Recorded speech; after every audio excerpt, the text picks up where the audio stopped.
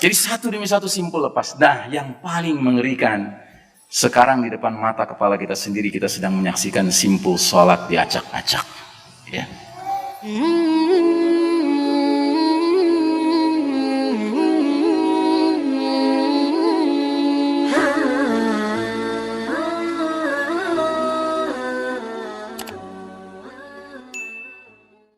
Bismillahirrahmanirrahim.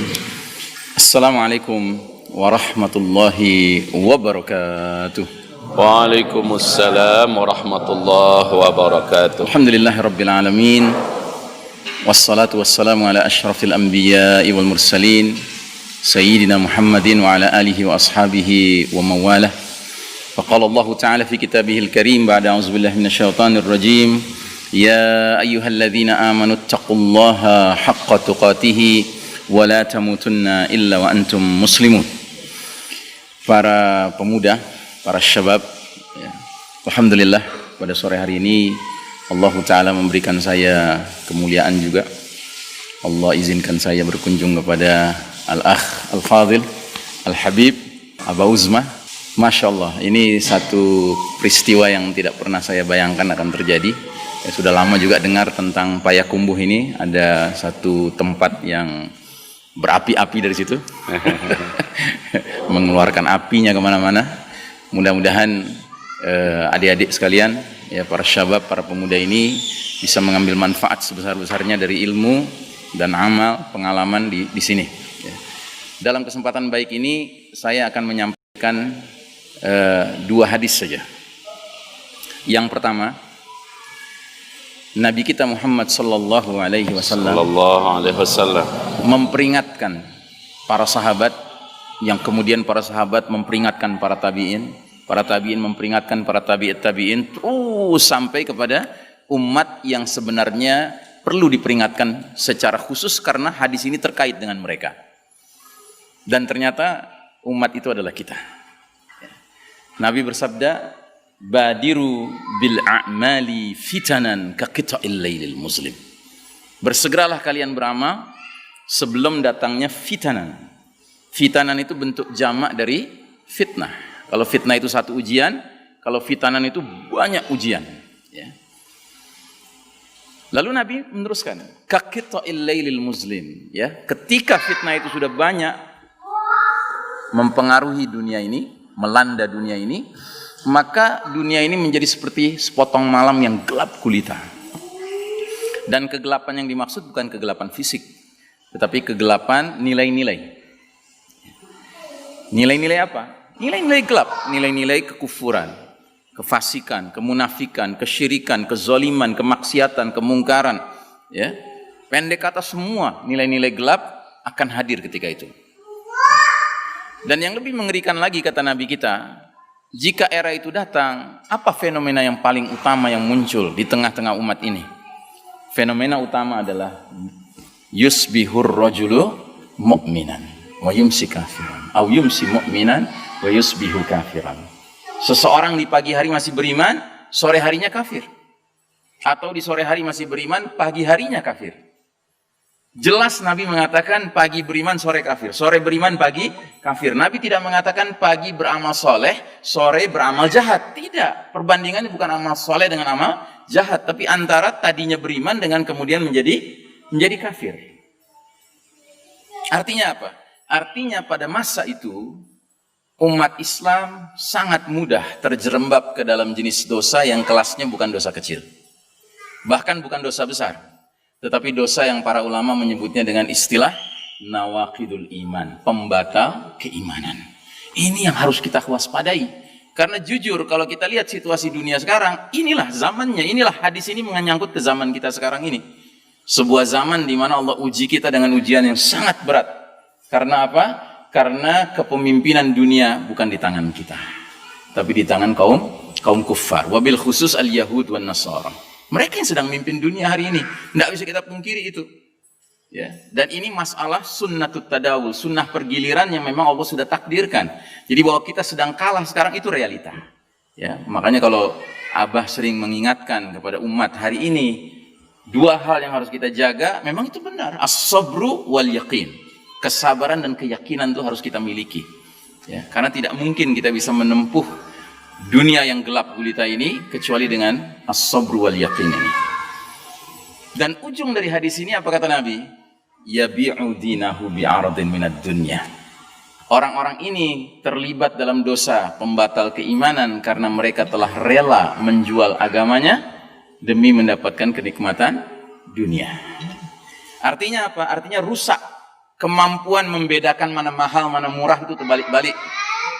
Sekarang saya tanya kepada kalian. Din Allah ini murah atau mahal? Hah? Din Allah ini murah atau mahal? Mahal, ya. Bahkan ini barang paling mahal di dunia bagi orang beriman. Makanya Nabi sampai mengajarkan kita doa panjang sekali. Tapi di sela-sela doa itu ada bagian di mana Nabi mengatakan, wala taj'al musibatana fi dinina. Ya Allah, jangan kau biarkan musibah menimpa kami dalam urusan agama kami. Jadi kita orang beriman, kalau kena musibah kesehatan, kena musibah harta, kita bisa bersabar. Tapi kalau sudah musibah agama, itu puncak musibah. Kenapa? Karena din ini adalah barang paling berharga bagi kita. Sekarang saya tanya lagi, kenikmatan dunia murah atau mahal? Masya Allah, jawabannya tegas sekali. Ini kalau di majelis lain saya tanya, kenikmatan dunia murah atau mahal, orang tuh bingung jawabnya. Karena apa? Sudah banyak yang sudah materialis sekarang. Sehingga untuk mengatakan murah tuh ragu-ragu. Tapi ini anak-anak muda ini Masya Allah. Saya ulangi lagi, kenikmatan dunia murah atau mahal? Masya Allah. Berhasil antum? Alhamdulillah. Antum punya pencinta akhirat yang luar biasa. Allahu Akbar. Ya. Ini hadis pertama. Nah, hadis kedua. Ya. Lagi-lagi berkaitan dengan zaman kita. Nabi 15 abad yang lalu telah menggambarkan bahwa sekalipun Islam ini dijamin oleh Allah, tidak bisa dikalahkan oleh orang-orang kafir. Kan ada jaminan itu dari Allah. Surat Al-Ma'idah ayat 3. Al-yawma ya'isal ladzina kafaru min dinikum fala takhshawhum wakhshawun. Pada hari ini orang-orang kafir sudah berputus asa mengalahkan din kalian, agama kalian al-Islam ini. Karenanya jangan takut pada mereka, kata Allah, tapi takutlah kepadaku. Tapi ingat, putus asa melawan apa? Melawan din ini. Bukan putus asa melawan kaum muslimin, tidak. Orang kafir tidak pernah putus asa melawan kaum muslimin. Karena apa? Mereka tahu kaum muslimin itu beda dengan Islam. Kalau Islam itu mantap, nggak bisa diganggu gugat. Tapi kalau kaum muslimin itu bisa kuat, bisa lemah. Ya. Bisa berada di rel yang benar, bisa berada di rel yang salah. Ya. Nah, jadi Nabi pernah menyampaikan satu hadis tentang ajaran Islam yang karena umatnya itu lemah, kemudian ajaran itu sendiri mengalami pelunturan, pelan tapi pasti. Bagaimana kata Nabi? La tunqadanna waral islami urwatan. فَكُلَّمَنْ تَقُدَتْ أُرْوَةٌ تَشَبَّثَ النَّاسُ بِالَّتِي تَلِيهَا فَأَوَّلُهُنَّ نَقْدًا الْحُكْمُ وَآخِرُهُنَّ الصَّلَاةُ. Jadi Nabi kita bersabda, ikatan Islam ini akan terurai simpul demi simpul. Tahu simpul ya? Tahu simpul? Simpul tali ya. Jadi Nabi menggambarkan Islam ini seperti kumpulan ikatan yang sudah mantap ya. Tapi dia bisa terurai. Dan kalau dia terurai itu simpul demi simpul, satu demi satu. Setiap satu simpul terurai, manusia bergelayutan pada simpul berikutnya. Itu terurai, simpul berikutnya. Itu terurai, simpul berikutnya. Nah, urutannya bagaimana? Yang paling awal akan terurai adalah urusan hukum, dan yang paling akhir terurai adalah urusan sholat. Ya. Nah, semenjak runtuhnya tatanan Islam, sistem iman dan tauhid tahun 1342 Hijriah, persis 100 tahun dari kita sekarang pakai kalender Hijriah, apa yang terjadi? Di negeri-negeri kaum muslimin yang paling awal berubah adalah hukum. Tadinya hukum Allah yang berlaku, mulai hukum sekuler yang berlaku. Dan yang lebih menyakitkan, hukum yang berlaku seringkali adalah hukum mantan penjajahnya. Kalau negeri muslim itu tadi dijajah sama Inggris, mereka berhasil mengusir penjajah Inggris buleknya itu, kafirnya itu. Tapi herannya hukum Inggrisnya dipakai. Kalau negeri muslim itu dijajah Belanda, ya kan Belandanya diusir dengan Allahu Akbar. Tapi anehnya setelah mereka terusir, hukum Belanda pula dipakai. Ya. Itu baru tahap awal. Tahap berikutnya kemudian politiknya.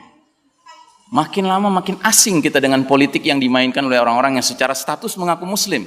Tapi politik macam apa? Kok nggak seperti Umar ibn Khattab, nggak seperti Abu Bakar Siddiq ya?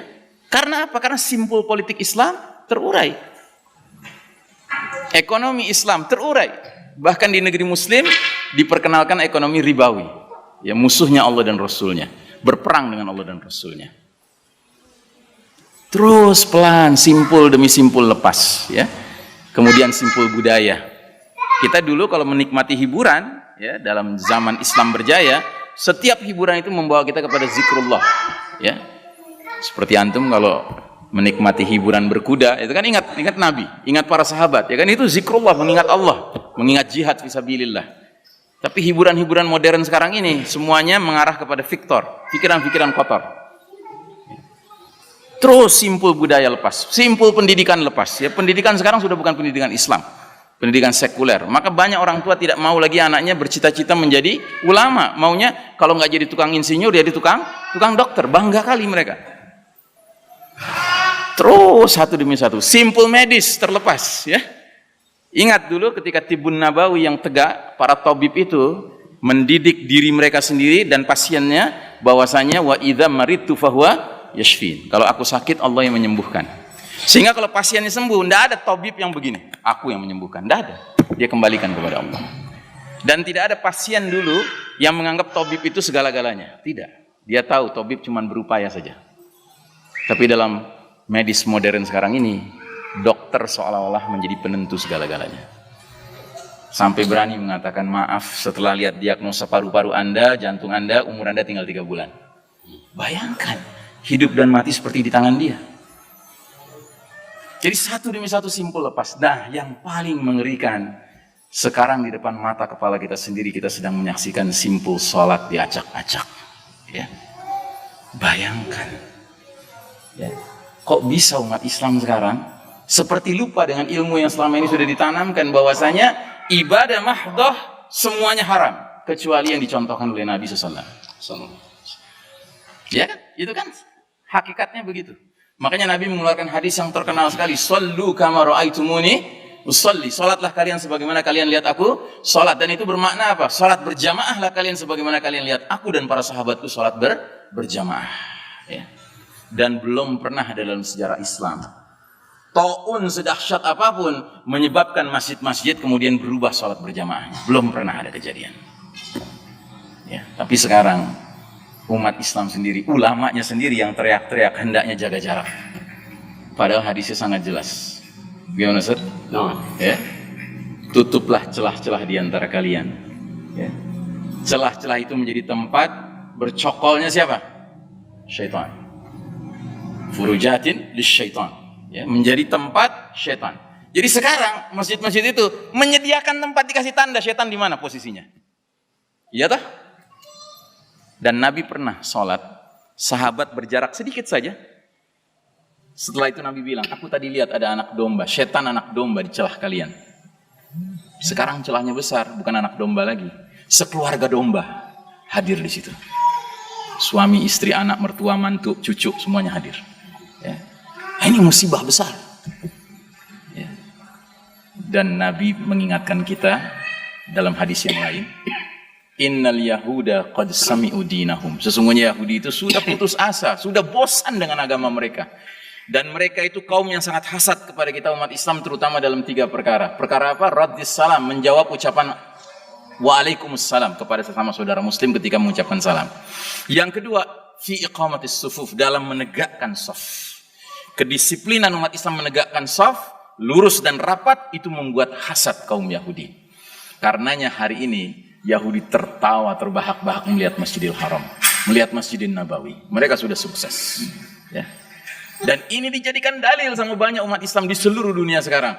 Alah, kamu tuh siapa? Ulama mana kamu? Sedangkan lihat Masjid Nabawi saja, lihat Masjidil Haram saja. Kita harus jaga jarak, kalau enggak kita mati kena virus. Nauzubillah min dzalik.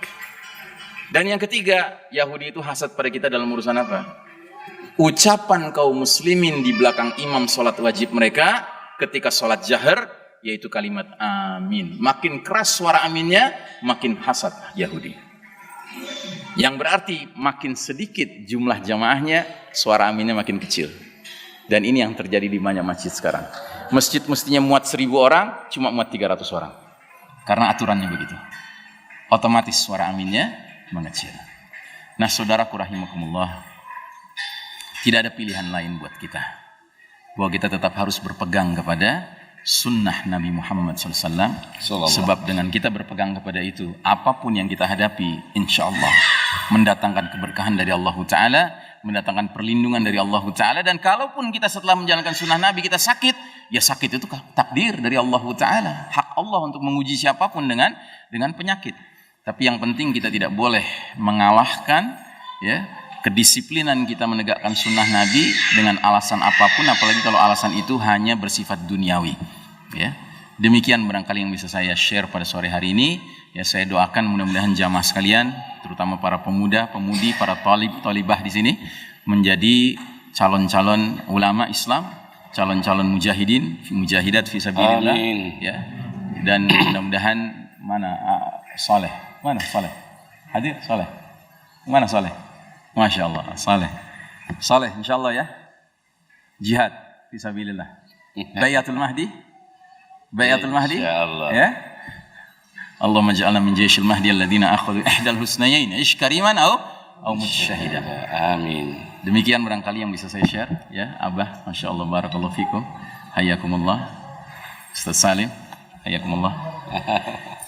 Aqulu qawli hadza fastaghfirullah li wa lakum wa sallallahu ala nabiyyina Muhammadin wa ala alihi washabbihi wasallim tasliman. Uhibbukum fillah. Wassalamualaikum warahmatullahi wabarakatuh. Waalaikumsalam warahmatullahi wabarakatuh.